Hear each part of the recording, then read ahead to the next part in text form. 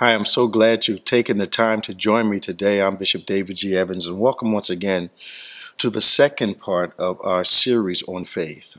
We talked to you the last 2 weeks from three particular conversations that we had concerning faith. One of those was Jesus must be Lord in order for faith to work. The other you must believe what you say, the words coming out of your mouth. But also, we wanted to let you know that faith is something that needs to be strengthened.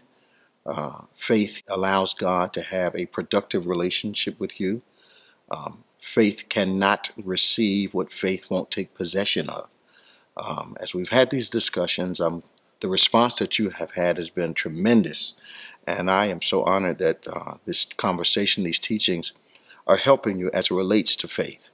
I want to talk to you about three other principles today that I think are going to be really a blessing to you as we learn more about faith. And the apostles, they have this conversation with Jesus, and they say, Lord, increase our faith. Imagine that. Gifted people of title and responsibility, people who understand purpose, have an assignment, people who are clearly anointed, gifted by Jesus himself, saying to the Lord, Lord, increase our faith.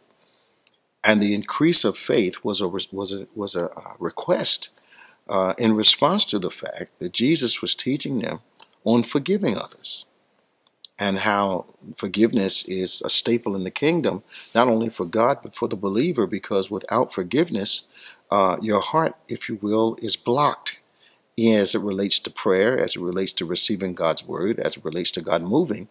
If hate or unforgiveness is in our hearts, then we are in position of not being heard by God, because you might pray an intellectual prayer.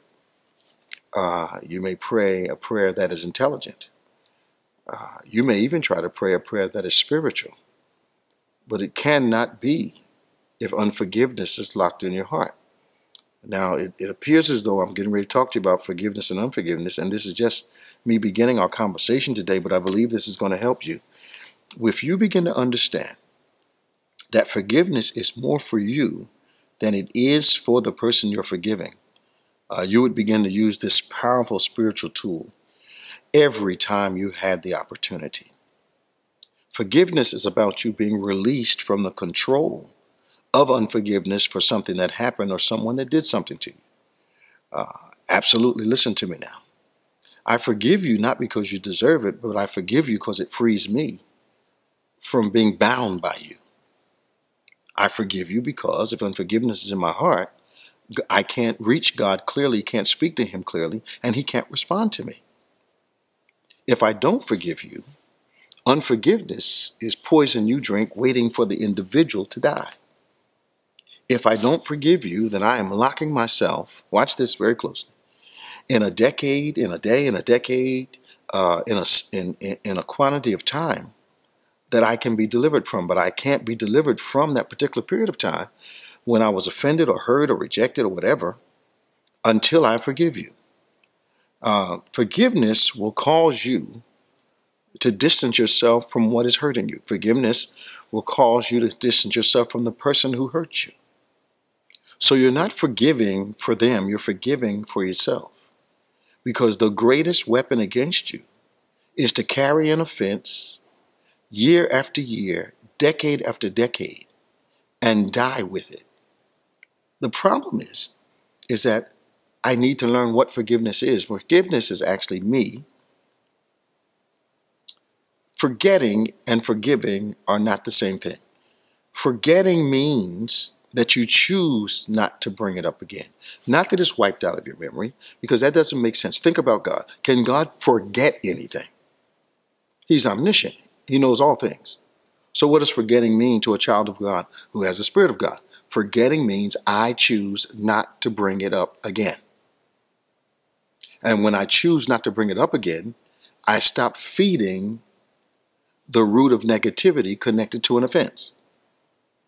And then all of a sudden, when I'm forgetting, I can forgive. Now, to forgive in the Bible technically means a pot full of something liquid, and you drop the pot, you lose the pot and what the pot contains. So when I'm forgiving, I'm dropping the pot. No way I can get it back because I choose not to remember it. I choose not to bring it up again. So forgiveness is a gift you give an individual that they do not deserve. But forgiveness frees you from the person, the event, the time in life, and the offense. Now, I hope this helps you today.